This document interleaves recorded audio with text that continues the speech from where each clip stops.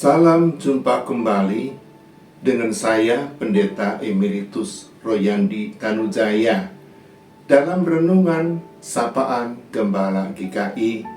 Kali ini bertema Sehati Sepikir dan Hidup dalam Damai. Dasarnya diambil dari 2 Korintus pasal yang ke-13 ayat yang ke-11b yang berkata, sehati sepikirlah, phroneite, kamu, hiduplah dalam damai, eireneite, dan Allah akan menyertai kamu.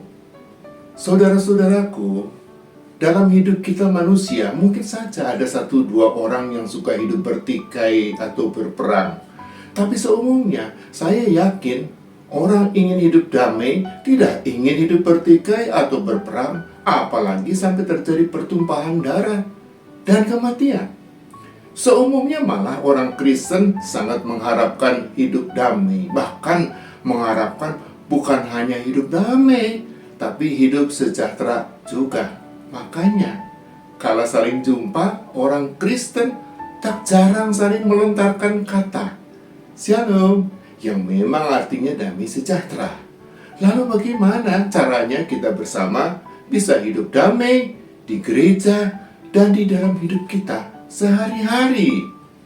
Dari merenungkan pesan Rasul Paulus, paling tidak inilah caranya. Cara pertama, selalu dahulukan, utamakan hati lebih daripada dahulukan dan utamakan pikiran.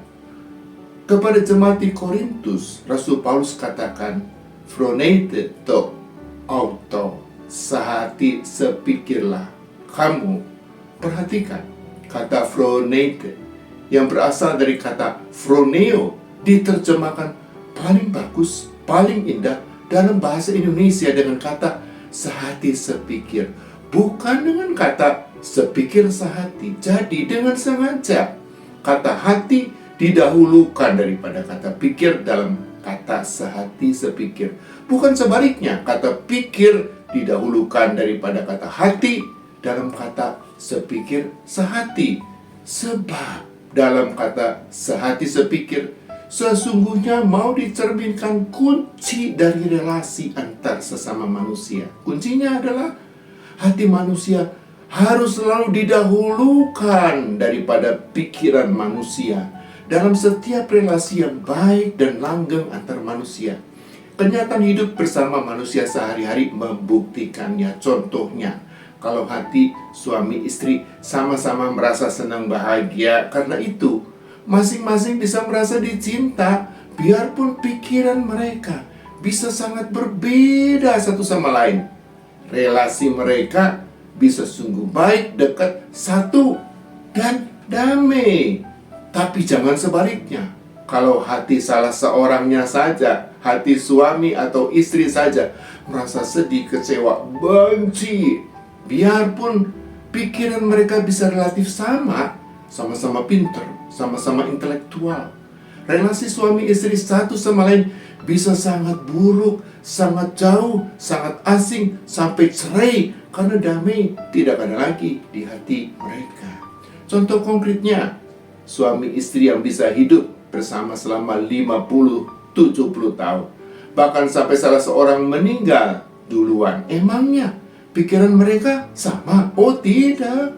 Banyak kali pikiran mereka sungguh berbeda satu sama lain. Tapi selama hati mereka bisa merasa diterima, dihargai, dihormati, senang-senang saja, oke-oke saja, mereka bisa tetap satu dan hidup damai satu sama lain. Sebaliknya, suami istri yang baru beberapa tahun saja menikah, baru punya anak-anak masih kecil, biarpun keduanya sama-sama seiman, sama-sama lulusan perguruan tinggi, sama-sama pinter, tapi bila salah seorangnya saja merasa hatinya sangat disakiti, dikhianati, tidak dihargai, tidak oke-oke lagi, wah, boleh jadi karena perselingkuhan salah seorang di antaranya, mereka bisa bertikai hebat sampai cerai sebab damai tidak ada lagi dalam hati mereka.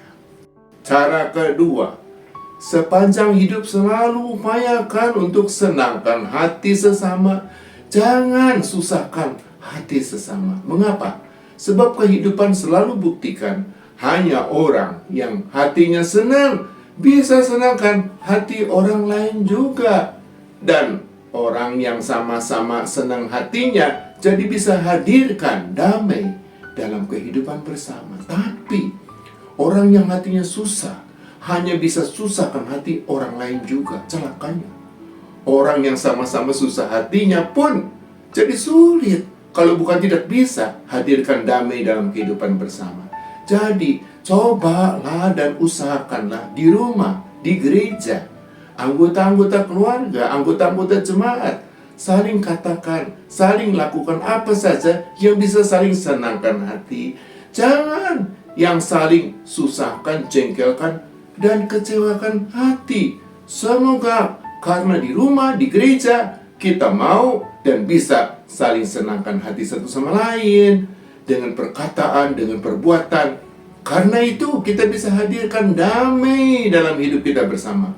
Lalu terjadilah apa yang pernah terjadi pada jemaat Kristen perdana atau mula-mula.